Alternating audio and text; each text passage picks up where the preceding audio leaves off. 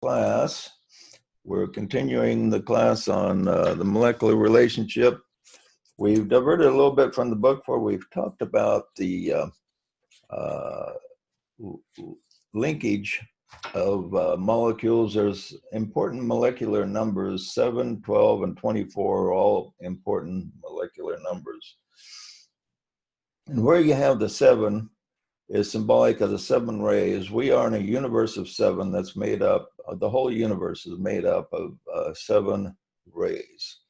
And eventually, according to my teachings, we will eventually have a universe made up of more rays. 8 rays, 9 rays, eventually 12. 12 is the number of perfection. And so that's why we base many molecules are based on 12, but just like in the molecular world, there's all kinds of different combinations. There's all kinds of different combinations for human molecules that are possible. What we're going to be focusing on is one of 12 units. Each unit is a male, female energy, and so that's 24 total. In the book of Revelations, the 24 book number is manifest. It says, before the throne of God are 24 ancient ones. And so my belief is these 24 represent 12 male and 12 female energies, even though in the higher realms, the demarcation between male and female is not nearly as great as what it is here. And the soul basically is neither male nor female. Like Jesus once said, there's neither male nor female in the Lord. So in the kingdom of the soul, the soul balances these two energies. And then when we incarnate, we have to come down here into this world where the energies are divided. The duality here in this world is the strongest of any of the planes of existence. And male and female is strong. We have to pick either a male or a female body. And so we pick the body that is best for us to advance in sometime, and we switch around. Sometimes we're born male and sometimes female. Like, look at Juan over here. Can you imagine him a few lives ago being a female? What he might have looked like? So you never, or could you imagine me a number of lifetimes ago being a female, what I might have looked like? I wonder if I was good looking or not, It's funny, for Halloween one year, my wife insisted she dressed me up like a woman. She dressed me up like a fat old broad that was, and by the time she got done with me, I looked ugly as you could imagine. And so we went to this Halloween party, and the strange part about it was I kept getting hit on by guys. And it made me realize, boy, no wonder women are so negative toward guys, because it's kind of an encroachment. I mean, they were kind of joking, but still they were hitting on me, And it kind of made me realize, put myself in the female shoes about how she feels. And I can understand that that women like a very gentle approach to their space. Like after that party, that kind of dawned on me. And for most of us guys, single guys, it doesn't dawn on them. They just come in like a bull in a china shop, trying to get a woman's attention. And a lot of guys just don't read the women correctly. But that's a challenge. It's coming down here in this world of great polarity and understanding The other polarity is advances in consciousness and also balancing the polarities. Now, so these, the number 7 is the foundation number of this universe. And so it just shows up everywhere. And it shows up, basically, the main place it shows up is in the 7 rays. The 7 rays are manifest in the 7 colors of the rainbow, 7 notes in the musical scale. Now, the hierarchy is also founded on these 7 rays. And I'm going to share a screen here where it shows the organization of the hierarchy.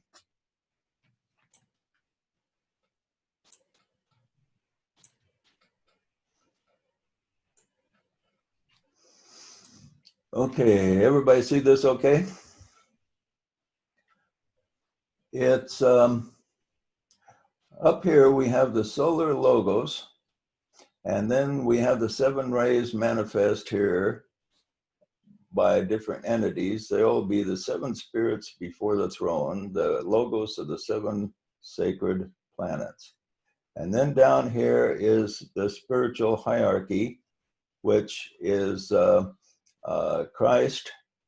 The Christ is at the center. And I'm going to expand this so you can see it. Look, wrong one.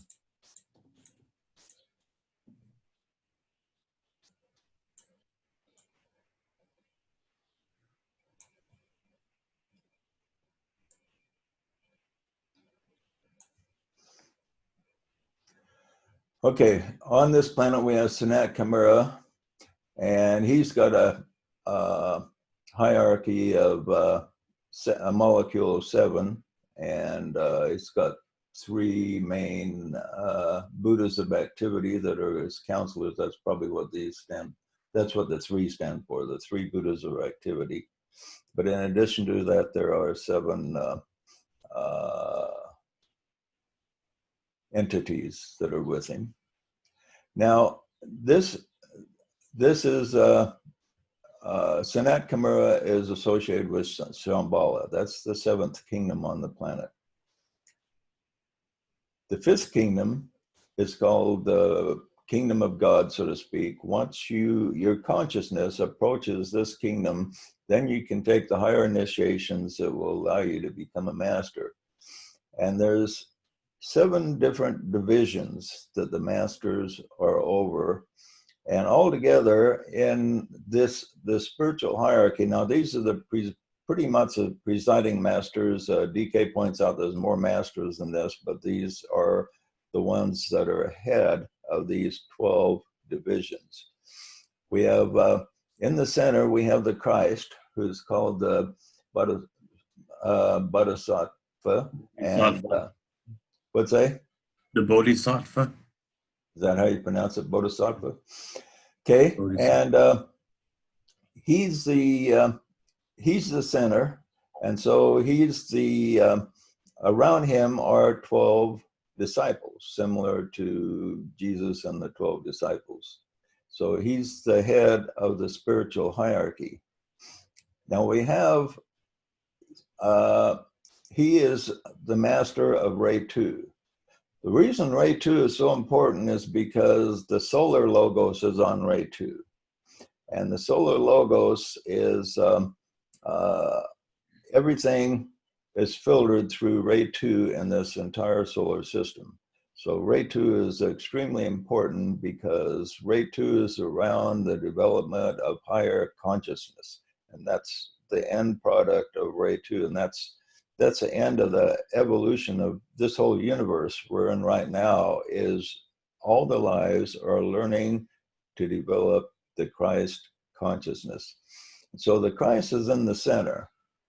Now, representing Ray 1 is an entity called the Manu, and he is over like earth changes and things like this, changes that happen on the actual planet, and changes that are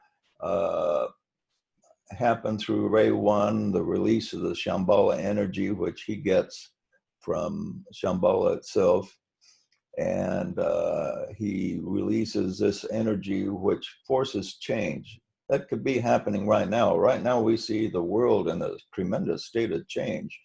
And some of that may be because of the Shambhala energy that is attempting to make changes. Now keep in mind, when this energy is released, it can be used for good or bad. So what happened when the masters release energy? They do it with the expectation that the end will be good, but in the process, there's always things happen that are negative also. So when energy is released, just like if you take a bunch of money and throw it out to a crowd, some of the crowd will use it for good things, some of them frivolous things, some of them will go get drunk and on drugs, so money is neutral, so is power. But the Manu he releases power, energy to the earth at times when he thinks it will do the most good. Okay. The person in charge of Ray 3 is called the Maha Kohen. He's the Lord of Civilization. Now, this is headed over right now by a master called Rakoxi, and he's the same as the one that was called Saint Germain a few hundred years ago. So he's the person over that, and we have him down here as the master of Ray 7. This chart was made in the 20s, but in the 40s, DK says there was a switch, and the master of Saint Germain became the Lord of Civilization. He doesn't say who replaced him on Ray 7, but he does say that Saint Germain is still working, or the Master R is still working with this 7th ray energy to bring in the new age. Okay, so we have these are the 3 prime energies, first, second, and third ray, the rays of aspect. Then we have the rays of attribute, and the rays of attribute are 4, 5, 6, and 7. And over the 4th ray of attribute is the Master Serapis, and 5 is the Master Hilarion. The Master Hilarion was the Apostle Paul from the times of Christ. And then we have the Master Jesus, and remember that Jesus and the Christ are 2 separate entities. There were 2 entities in one body. And so the Master Jesus is over the 6th ray, and the 6th ray was dominant during the age of Pisces. He presented the ideal man, and the 6th ray presents before people the ideal that is to be achieved. And then the Master R, like I say, that's the same as Saint Germain. Now, under the Manu are people that work with him on the 1st ray energy, and the first one under him is called the Master Jupiter.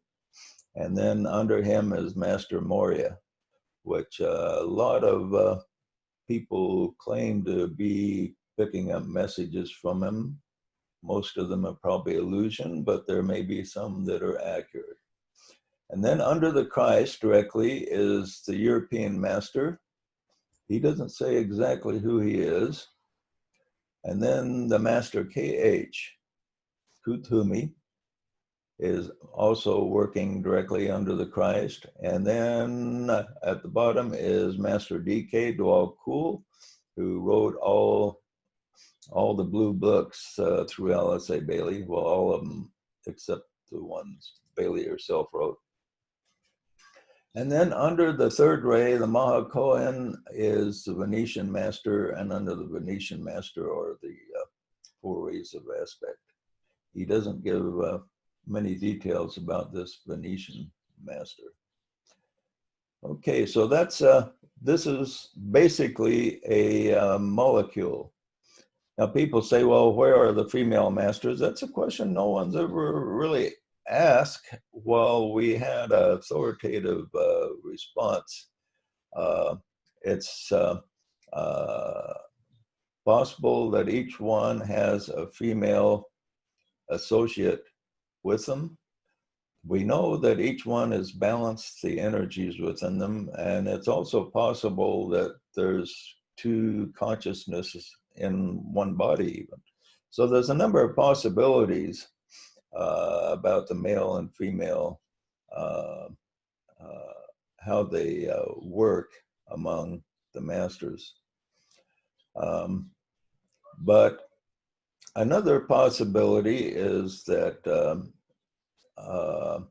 once a person reaches a certain stage, that they are neither male nor female esoterically, but they just are entities in balance where they balance the energies. But we know to reach in this stage that they're in, that they have balance among them, have tremendous balance, and so that's why they have the power that they have. All these masters will function as one mind. They'll still have their individual opinions and everything, but and thoughts and individual identity, but still having that individual identity yet having one mind is an interesting dichotomy, but it's a reality. And it's an interesting reality to contemplate the oneness, yet also the fact that your individuality will remain throughout all time. Okay, any questions on that before we move ahead? It's interesting to note that Jesus is over the sixth ray, which is idealism and devotion. And it's interesting to watch most Christian religions, how devoted they are to the ideal of Jesus rather than the real teachings of Jesus, and how some of their belief systems are going to disintegrate as we move into the seventh ray, which is more ceremonial magic and business and logic. Yeah. And yeah, it's interesting how the good in one age becomes the evil in the other. Jesus presented the ideal man, and people gathered around that idea, and then they started fighting wars around that idea as who had the best ideal. You know, we got the best. No, and so they fought a lot of wars over that, and so we reach a point to where the working for the ideal isn't the optimum right now. Right now, the optimum is on Ray 7, Aquarius, which the key word for Aquarius is service. Okay. The key word for the age of Pisces was sacrifice to obtain the ideal. Okay. And that was done. So what we need to do in this age is take what we've learned from the last, which is beneficial, and keep it, and discard that which didn't work. Which didn't work was all the fighting over what was ideal. And we're seeing right now with all the conflict we're having throughout the world, it's like the Piscean age is fighting to maintain its presence. They're fighting to maintain the idea that we have to fight for the ideal. Okay. Right now, it's the ideal as for who can speak the most perfect politically correct language, and who can support the most politically correct ideal of race. And it's a conflict. We have a residual conflict of the Piscean age is playing out right now before our eyes. And the Tibetan tells us that it's going to be over 100 years from now before the Aquarian age is securely in. And in between now and then, we're going to have this Pisces energy fighting to maintain the ideal as the standard rather than service. We have to switch over to service our fellow man. wouldn't it be great if they were fighting over who could be the greatest servant and helper of humanity instead of fighting over what's the best ideal to embrace? Yeah. Doesn't have something to do with the sixth ray fading out. In other words, the thoughts everybody devoted to the Christianity, that devotional ray is fading out, and the new understanding is coming about through the enlightenment of the seventh ray, the ceremonial magic, is the new understanding that we're energies and that, like the things that you're trying to teach, as opposed to just being devotional through faith and that type of thing. That's what, and that's what Master Jesus. We have that right. We have that fading out, but you know, change is always difficult. So when, let's say you're working for some company and they change your boss. They fire one boss that you're kind of used to and put in a new boss with completely new ideas. They're good ideas, but they're not what you've been doing. Okay, it's really hard to adapt to them. Maybe his ideas are better, but you're used to doing things the old ways and it's hard to change. This is the way it is moving from the Piscean age to the Aquarian. Humanity is used to fighting for the ideal. And they're now being introduced to taking away our attention from the ideal to the idea of serving your fellow men and women, okay? And as the keynote.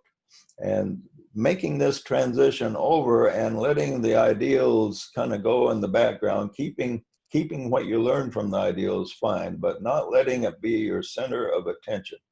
And people want to hold on to the old ways of doing things. And that's what makes this transition such a point of tension. And we had wars over this. Hitler had this ideal of the ideal race and the ideal government, the ideal people that would be in his kingdom. And he was trying to force this ideal on all the world. And so it created a tremendous conflict, and World War II is kind of the center point of the transition between Pisces and Aquarius. And thank God the Allies won the war, so that where the Allies were focused more on service than the ideal. And so they brought us, winning the war brought us a step closer to the Aquarian age, but we still got a long way to go. Now we have a kind of a backlash here where we're still trying to hold on to what is the ideal. And this is going to pass. But like I said, it'll be another 100 years before it's completely, the Aquarian age completely dominates. And if we can make it through this next 100 years without blowing ourselves up, we're going to have really a great world to incarnate into. It's going to be a lot different than what we have today. In the Labors of Hercules, the Tibetan says that entering into the Aquarian age is actually entering into heaven, because people will learn to be of service to each other and care about each other and raise each other up. And along with that, for that to happen, people have to relinquish their devotion and worshiping the outer man, like Christians do, you know, the perfect Son of God, and they have to see that the perfect Son of God is inside, within, rather than without. I think that's the transition, that when people realize that, then they will actually be more powerful servers. Yeah, and the things that are kind of symbolic of the Aquarian age are the idea of Christ consciousness was introduced in the early part of the last century, and it's taken hold. And this is an important concept for people to grasp, to help to influence the coming in of Aquarius is to realize that within you is the Christ consciousness that you just have to discover and find and manifest. And to see it in your brother and sister also is Right. important. So this permeation of the idea of the Christ consciousness has been one of the great successes of the hierarchy in implanting this into humanity. And this needs to continue to grow. If we can have these people that are having all these political arguments just look at the Christ consciousness in each other, then it just will take their mind off their differences, and they can start seeing how really they're the same, but looking at things through different filters. And we just have to remove those filters and see the true reality. Okay, any more comment on the spiritual hierarchy before we move on? We've been told that in this age, there would be a synthesis of the first, the second, and the seventh ray.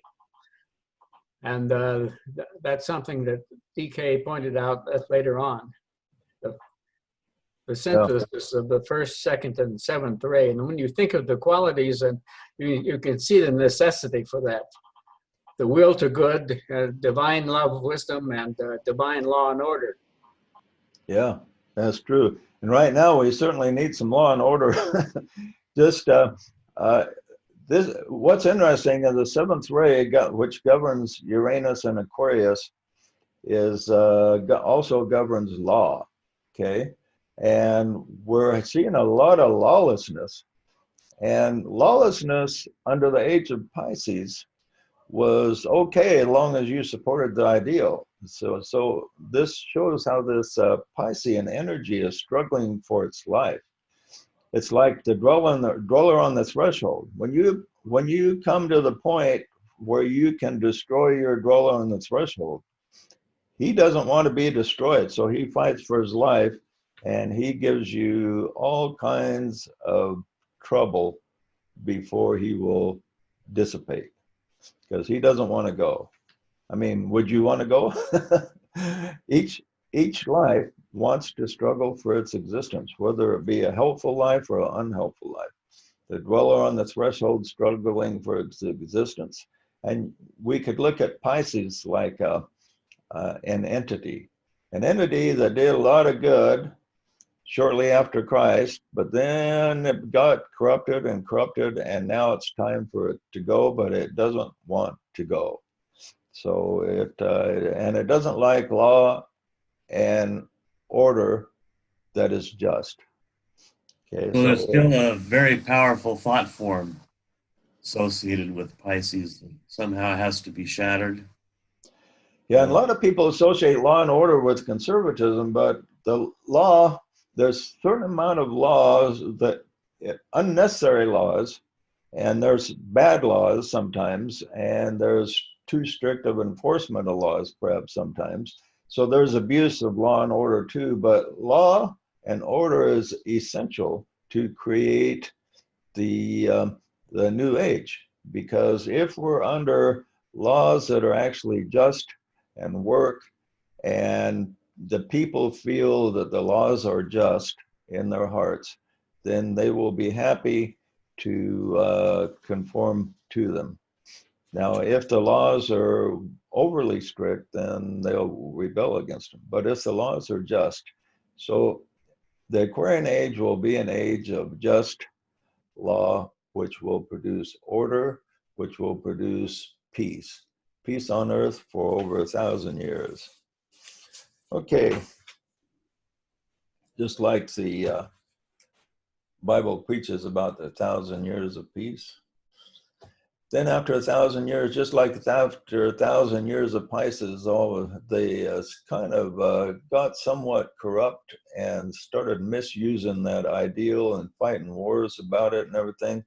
And so we could wind up doing the same thing near the latter half of the Aquarian age. We could be fighting wars over which laws are the best laws to go by.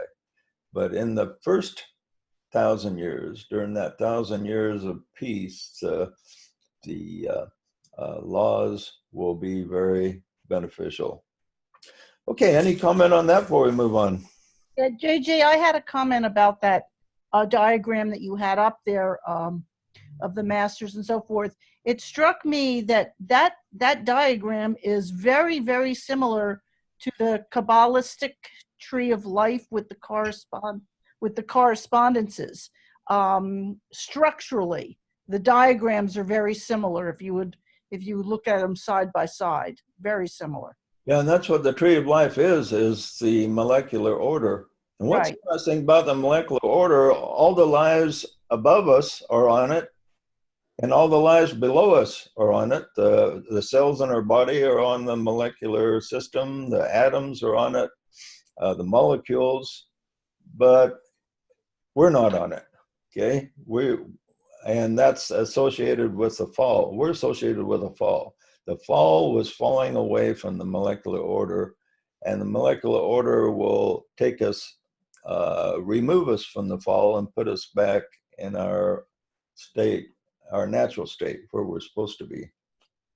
So that's an interesting point to consider. Okay, now we're talking about the 7 different divisions and the different centers. We talked about the 7 and the 12 in the hierarchy. Now, in the Ajna Center, the main part of the Ajna Center in relation to humanity is called the New Group of World Servers. We've talked about them before. Joshua, what are the New Group of World Servers? Well, it's kind of a weird concept saying who's it exactly, but it's sort of a bridging between the hierarchy and humanity. So I guess at a certain point, there were all these like separate groups that the hierarchy was working with, but then they sort of brought them all together spiritually as one entity, even though they don't know each other necessarily. But it's people who are working towards right human relationships and the soul and stuff. Right. The New Group of World Servers are advanced humans that sense that there is a plan. A lot of them don't know anything about the ancient wisdom. They never heard of DK or the Blue Books or Alice A. Bailey or Theosophy. But a lot of them want to serve, and they sense that there is a plan, and they try to pick up what they're supposed to do. And so you have these New Group of World Servers are scattered all over the place. And they're basically in 7 different divisions based on the rays. The first is the ray of power. Yeah. Can I make a comment? Sure. According to some philosophies, us people in this group, we are considered the group of New World Servers. We are here together to help promote betterment in the world. And that's what the New Group of World Servers are. We're all part of that group. So everybody can pat yourself on the back. You're part of the group of New World Servers. That's the way I understand it. And according to we at least aspire to be one of the New Group of World Servers. Each one of us should aspire to be in that category. And if you're in that category, you try to pick up higher will, which I'm sure you do, don't you, Stacy? Don't you try to pick up kind of what you're supposed to be doing?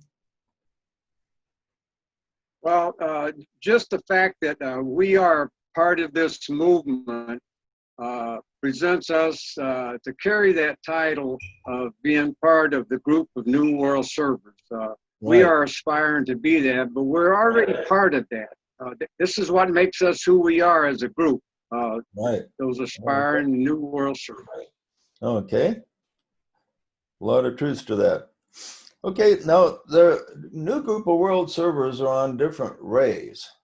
The first is the ray of willpower and purpose. And many of the great world leaders are found on this ray, and the ones that are found on this ray are good and bad people in the past. For instance, Hitler was on ray 1. And look at the destructive, he had a lot of power, but he misused it. But another guy who was on ray 1 that DK points out was Abraham Lincoln. And he used his first ray energy for to destroy slavery and save the Union. And so he was definitely a world server. So the new group of world servers on Ray 1 are people that many of them are in politics or in positions of power in business or finance or something, and they're trying to use their power to help humanity. So this is the first division in the new group of world servers. How about Churchill? Was he Ray 1? Yeah, I would think he was Ray 1 also. So he had a Ray 1 through Churchill against Ray 1 Hitler. And fortunately, the good guys won that one. Now, the second is the ray of love wisdom.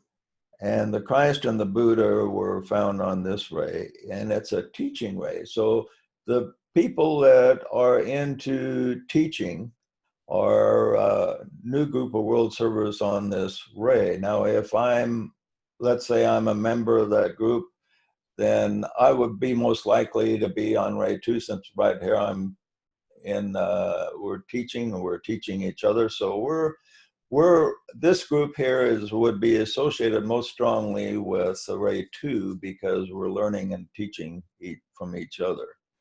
Okay. Now, the teachers on Ray 2 of the new group of world servers may not all be like spiritual or religious. They may be teaching people just about, maybe they're on some mission to a third world country, helping these people and teaching them how to take care of themselves and things like this. So you have the new group of world servers as teachers in quite a few different avenues of endeavor, not just the ancient wisdom or new age thought or things like that. Okay, the third is a ray of active intelligence. And the mass of humanity are found on this ray. Now, people like sports, business, intellectual creativity, working with economics, many people in this area are on this. Now, this third ray is like associated very strongly with matter and form. So people that are into creating, and it's also associated with the throat center, which governs creativity. So many people that are changing and manipulating form, building things, are associated with the third ray. Then the fourth ray is harmony through conflict. It's also associated strongly with the creative arts, writing, arts, entertainment. But the main core of this, and now artists, DK points out, are found on all the rays, but a lot of them are fourth ray. But the main thing with that the fourth ray servants are trying to create in such a way that will produce more unity and harmony among humanity. So people that are like peacemakers are strong fourth ray. They can see both sides. They can see what produces a conflict, and they try to resolve various conflicts. So if you see like a leader of a country has some associate that is kind of doing a lot of negotiation, trying to bring people together and reach unification to avoid war, this type of servant is probably a fourth ray new group of world servers type character.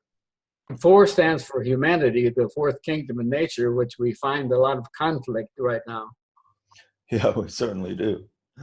Wouldn't your fourth ray musicians, wouldn't they be fourth ray? They're teaching a lot of peace, love, and understanding. Yeah, probably John Lennon was, because he was trying to guide the world toward more peaceful unification. Now, as DK points out, a lot of creative people are not necessarily strong fourth ray, but a lot of them also are, especially the ones in the 60s that they were anti-war and they tried to emphasize peace rather than war and give peace a chance. Remember, they were all singing back in the 60s. Yeah, that was Lenin. We need Yeah. more of that now. But so they were a strong fourth ray in the 60s and 70s. They're not as strong, the musicians are not as strong fourth ray now as they were then. Now, the fifth ray is a ray of concrete knowledge. These are scientists and very mental people that are governed by the mind, that are using their minds and ability of reason and science to improve humanity. So people that are, say, computer science engineers writing new software to benefit people, creating inventions that will benefit people, going into space to expand our frontiers. The new group of world servers, quite a number of them are in this area.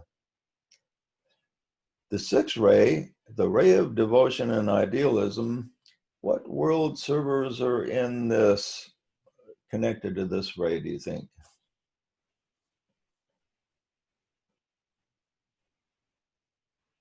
Gandhi. Yeah, he probably was. Now, remember, the sixth ray is the powerful ray that's connected to Pisces, but all the rays have their positive and negative. Now, the sixth ray is associated most strongly with religion, religious people. And the negative people in the sixth ray are the fanatics and people that insist that you believe what I believe type of thing. But the sixth ray servants in the new group of world servers are people that see the ideal and are still working toward manifesting the ideal in a harmless way with no war, but try to take the best out of Islam, Christianity, Buddhism, and present it to the public. So when you look at the various ministers of religion, there are some that are enlightened and teaching a good, positive message. And these are the new group of world servers in religion. Now, many New Age people tend to discount all religious people as being just throwaways, that we need to discard them all. But no, there are good people in all the different religions that are teaching a positive message, that are trying to pick up higher will and to manifest it in their religion and in their religious teachings. So there's good people there. There's good and bad, of course, but we want to not negate the idea that there's a lot of decent people in the various religions trying to manifest higher will with a sincere heart. The seventh ray of ceremonial magic and order, probably the quintessential manifestation of that, according to DK, would be the Masons.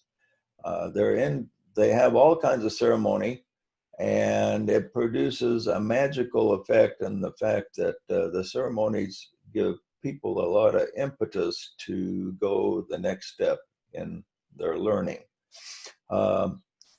Also, it's strongly associated with the seventh ray, which governs financing and business and law and order. And so order will be the key around this. So these seventh ray people will be people, there will be seventh ray people as we're approaching the Aquarian age that will work to reform the Masons to make them more into servants of humanity than they are now.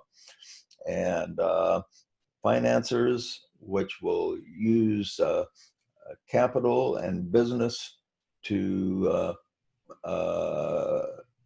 help humanity. And one of the ways they'll do this, and that's beginning to surface, is that a lot of businesses are becoming employee owned. And so these employee owned businesses are doing really good.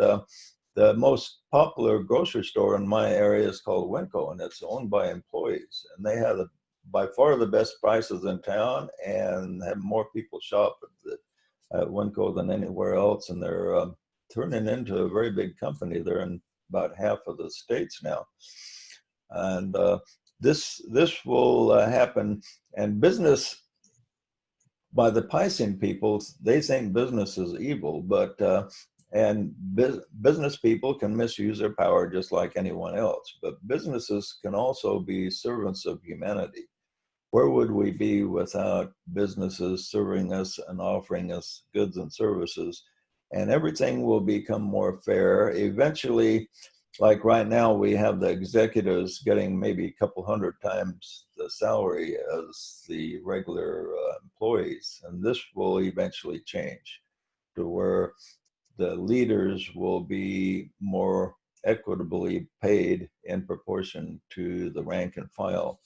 And so we just don't look at the evils of any particular thing and just throw it all out, like the evils of religions, and throw that out. There's good in religion, there's good in business, and the good part will be what we will keep as we move into the Aquarian age, and we will discard that which doesn't work. And we'll slowly finding out what works and what doesn't. Yeah, Curtis? If you look at the cells in your body, if one cell said, well, I need this much 100 times more oxygen than my neighbor cells, and started taking away, all the body would die. So in molecular business, there has to be more equality. And one of the great leaders in the last century said, because we are not equal, the world lies in sin. They're missing the mark. Interesting with the cells. The cells are a lot smarter than we are in a lot of ways, because they look at oxygen like money. Each cell takes what it needs and passes along the rest to everybody else, and they get along great. And if one part of the body is lacking, then they send more oxygen to that part of the body that needs it. When you have cancer, you have a cell trying to take what is more than it deserves. Yeah, and that produces disease when they get out of whack there. But even with the flaws in our body, they're a lot smarter than we are as a society. So, and each cell has everything it needs. You know, it lives in abundance. Yeah, not lacking anything. Yeah, each cell in a healthy body has everything it needs. And I mean, what more do you need than everything? Nothing. Yet, we're under the illusion that we need more than everything we need. Some of these rich guys, they get a lot of money, so what's the first thing they do? They buy another house. Well, why do you need two homes? More cars. They buy a third home, and then they buy a yacht, and then they buy a second yacht, and then they buy a whole bunch of other stuff they don't need. But they're missing the point that once you get all you need, then why do you need more? JJ, you don't understand. Look, one yacht is for the East Coast, and then you have one for the West Coast. Also, you can have one for the Gulf of Mexico. Oh, yeah. And see, look, if you buy a house in Florida, maybe that's nice in the winter, but you want to have your house up in Maine for the summer, someplace else. And then, a third one for, Burning Man Festival. You can, stay at your house there so you don't have to camp out. Yeah. You just got to think about it the right way. Yeah, thanks for setting me straight on that. Well, that's good to have a dozen houses if other people have keys to them. Yeah. Okay, well, we've gone over time. Any other comments or questions before we wrap it up? I wanted to mention something on as far as new and better ways of teaching ideals. It's like if you're going to try to teach me at least ideals, I don't want to hear it's chapter verse here, or it's the JJ Archives page number. It's like any of those is subject to interpretation of 7.5 billion people on the planet. It's like I would much rather hear how the speaker interprets it in his own words. You know, to speak our language, friend. You know, and you'll do a much better service than giving me a couple of numbers and a colon. You know. And this is a problem I find with a lot of teachers in religion as well as ancient wisdom, is they will quote chapter and verse and then not give their comment on it as to why this is really a good chapter and verse. So yeah, if you comment a chapter and verse, you should be commenting on it because you saw something there that you didn't see before, and you want to comment on why this is enlightening, and that makes for a lot more interesting conversation. Yeah, so you're right there. Tell us in your own words what that means to you. Well, it's also interesting, you know, you find people that read a quote, and even though the quote is really maybe normally inspiring, it gets boring just reading it. But the guy can speak in his own words, and maybe it's not really like as profound as something he could read, but still it's more interesting because the guy's given it from his heart in his own words, and that's always more interesting. Okay, any other comments or questions before we wrap it up? Well, you've been a good group, and we will look forward to seeing you next Sunday at 2 p.m. Mountain Time, all being well. Spend more quality time with people. What I'd say. Get to know It's them. always good. Thanks, JJ. Everybody take care. Oh, light, love, everybody. Enjoy the rest of the Wow. sunset. Thank you. Bye.